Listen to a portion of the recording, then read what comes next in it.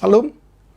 Dalam hatiku aku menyimpan janjimu, supaya aku tidak berdosa kepadamu. Boker Top dalam program Sate Enak, Saat Teduh Sejenak, episode yang ke-28 kali ini, kita akan bersama-sama membaca dan merenungkan kebenaran firman Tuhan dari Keluaran pasal 11, ayat yang pertama. Keluaran 11 ayat yang pertama, demikian firman Tuhan. Berfirmanlah Tuhan kepada Musa, Aku akan mendatangkan satu tulah lagi atas Firaun dan atas Mesir. Sesudah itu ia akan membiarkan kamu pergi dari sini. Apabila ia membiarkan kamu pergi, ia akan benar-benar mengusir kamu dari sini. Kalau kita membaca dalam Alkitab, baik Perjanjian Lama maupun Perjanjian Baru, angka 10 itu seringkali menjadi gambaran dari angka kesempurnaan atau angka kelengkapan, lengkapnya satu tindakan. Dan angka 10 tidak hanya bicara tentang genapnya sesuatu yang positif atau yang baik, tetapi juga bisa bicara tentang banyaknya atau lengkapnya pelanggaran atau pemberontakan umat Tuhan, baik dalam PL maupun di dalam Perjanjian Baru.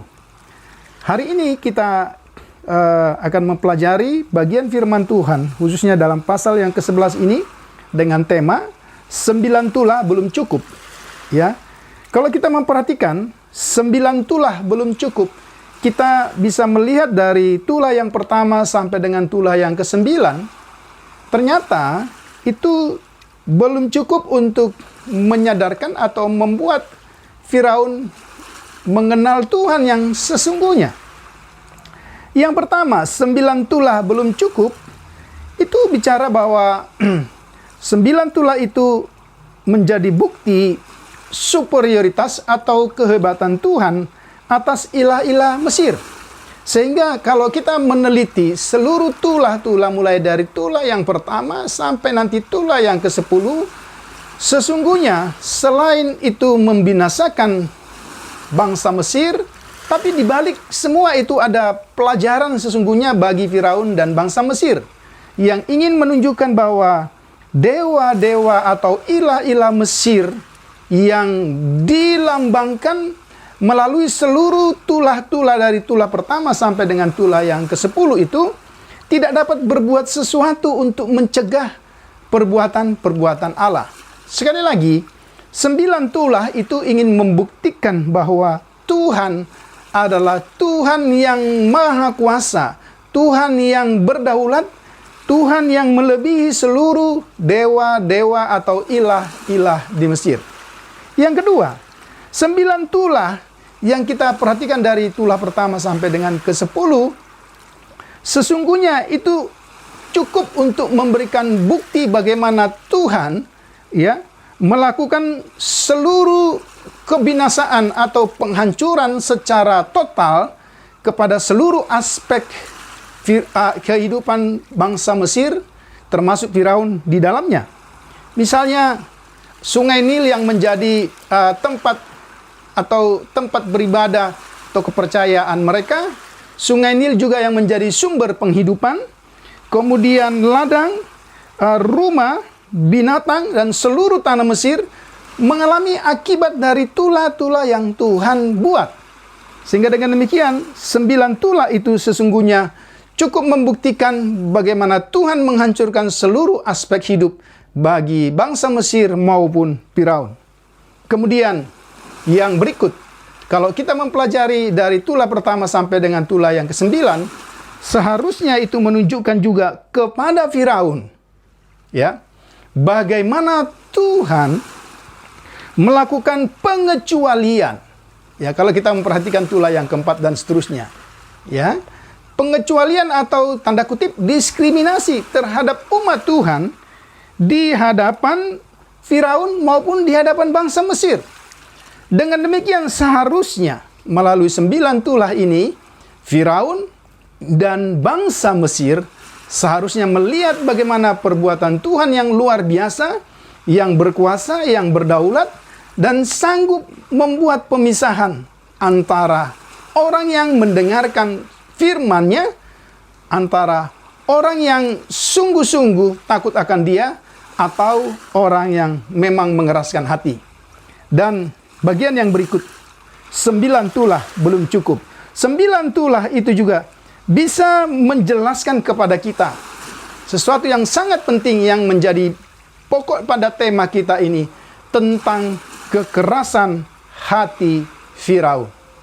Kalau kita memperhatikan mulai dari pasal 4 sampai dengan pasal yang ke-10, ya, kita akan menemukan berkali-kali dicatat di dalam pembacaan itu bahwa Firaun mengeraskan hatinya, atau berkeras hati Firaun, atau dengan kalimat-kalimat yang lain, tetapi juga kalimat yang hampir sama karena kekerasan hati Firaun.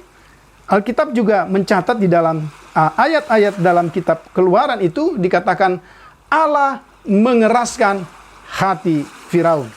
Dengan demikian saudara, 9 tulah belum cukup, sangat jelas kepada kita untuk menunjukkan betapa kerasnya hati Firaun. Seluruh tanda-tanda mukjizat yang seharusnya menyadarkan dia, membuat dia percaya kepada Yahweh, Tuhannya Israel, ya, tetapi dalam faktanya itu tidak membuat dia untuk membebaskan umat Tuhan supaya mereka beribadah. Dalam pembacaan kita tadi dikatakan, aku akan mendatangkan 1 tulah lagi atas Firaun. Kita mungkin bisa bertanya, mengapa harus 10 tulah? Mengapa 8 tulah, 7 tulah, 6 tulah, 9 tulah itu tidak cukup? Seperti yang saya jelaskan tadi, ya, ternyata itu tidak cukup membuktikan, ya, kepada Firaun sehingga dia tetap berkeras hati. Dan kalau kita lihat pada pembacaan kita khususnya pada pasal yang ke-10, selain Tuhan melakukan pengecualian terhadap umatnya, kalau kita membaca di dalam pasal 11 ayat 7, ya, tetapi juga ada hal yang baru yang Tuhan buat ketika dia mengumumkan bahwa dia akan mendatangkan 1 tulah lagi supaya Firaun membebaskan umat Tuhan untuk pergi beribadah keluar dari Mesir. Maka Tuhan juga mengubah setiap hati laki-laki dan perempuan orang Mesir menjadi hati yang penuh dengan kemurahan. Sehingga dikatakan mereka bermurah hati, memberikan emas perak kepada bangsa Israel ketika mereka akan keluar dari tanah Mesir. Dengan demikian saudara, kita tahu bahwa Tuhan itu berdaulat. Tuhan itu memegang hati setiap orang. Tuhan itu mampu melakukan apa saja yang sesuai dengan kehendaknya. Tuhan itu mampu mengubah hati yang keras menjadi hati yang lembut. Dari bagian firman Tuhan ini kita bisa belajar saudara. Kita tidak perlu menunggu kita mengalami tulah. Kita tidak perlu menunggu kita mengalami penghukuman Tuhan. Apalagi kalau dalam pembacaan ini sampai 9 tulah. 9 tulah saja tidak cukup. Kalau kita memperhatikan bagaimana kekerasan hati Firaun yang terus-menerus, yang berakibat kepada kehancuran Mesir dan seluruh masyarakat Mesir pada waktu itu. Ternyata itu tidak cukup untuk menyadarkan Firaun. Saudara, dalam perjalanan berikutnya kalau kita mengamati dan terus membaca kitab-kitab dalam Perjanjian Lama, ternyata kekerasan hati Firaun itu juga seringkali menjadi bagian kehidupan umat Tuhan. Banyak mujizat yang terjadi, yang dilakukan oleh Tuhan kepada tiap-tiap orang, kepada masyarakat Israel, kepada umat Tuhan dalam perjalanan mereka menuju tanah perjanjian. Tetapi lagi-lagi kita membaca dalam perjanjian lama, ada begitu banyak kekerasan hati, ada begitu banyak mereka mengalami kebinasaan di padang gurun. Dan kalau kita memperhatikan, ternyata bukan hanya di dalam perjanjian lama, di dalam perjanjian baru sekalipun, Tuhan Yesus menunjukkan berbagai-bagai mukjizat yang seharusnya membuat tiap orang yang melihat dan mengalaminya percaya dan tunduk kepada Yesus Kristus. Tetapi faktanya kita bisa melihat ada banyak contoh di dalam perjanjian baru juga, termasuk murid-murid Yesus yang sudah melihat begitu banyak mujizat, tetapi mujizat-mujizat, bahkan tulah-tulah penghukuman-penghukuman yang mereka lihat itu tidak cukup untuk membuat mereka untuk datang dan merendahkan diri dan percaya sungguh kepada Tuhan Yesus Kristus. Kalau kita membaca di dalam kitab Ibrani, saudara, kita lihat di dalam kitab Ibrani terus-menerus diulang, ya. Satu kalimat yang terus-menerus diulang dikatakan, sebab itu seperti yang dikatakan Roh Kudus, pada hari ini jika kamu mendengar suaranya, janganlah keraskan hatimu seperti dalam kegeraman pada waktu pencobaan di padang gurun, di mana nenek moyangmu mencobai aku dengan jalan menguji aku, sekalipun mereka melihat perbuatan-perbuatanku 40 tahun lamanya. Saudara, perhatikan kekerasan hati Firaun yang terus-menerus tidak dapat tunduk kepada semua perbuatan-perbuatan Tuhan yang sangat jelas di hadapannya. Ternyata itu juga terjadi dalam kehidupan umat Tuhan. Bahkan kalau kita mencoba aplikasikan bagi kita hari ini, apakah kita harus mengalami 9 kutukan, 9 tulah, 9 penghukuman?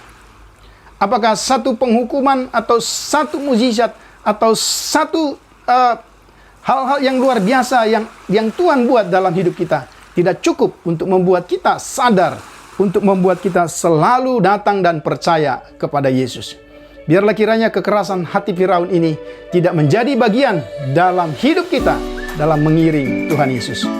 Renungan singkat ini kiranya boleh menjadi berkat. Tuhan Yesus memberkati. Salam.